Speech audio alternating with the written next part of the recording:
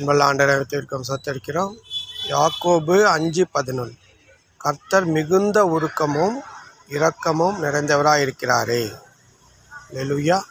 கர்த்தர் மிகுந்த உருக்கமும் இரக்கமும் நிறைந்தவராய் இருக்கிறாரே. யோபின் பொறுமையை குறித்து கேள்விப்பட்டிருக்கிறீர்களே. கர்த்தரின் செயலின் முடிவை குறித்தும் கேள்விப்பட்டிருக்கிறீர்களே. யோபுடைய வாழ்க்கையில் எல்லாம் போயிடுச்சு, எல்லாமே போயிடுச்சு. பிள்ளைகள், வீடு எல்லாம் போயிடுச்சு.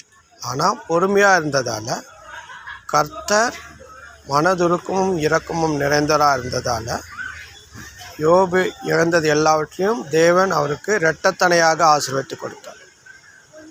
யோபு பொறுமையாக இருந்ததால் கர்த்தர் மனதுருக்கம் இரக்கமாக இருந்து ஆசீர்வதித்தார். இறங்குகிற தேவனாலே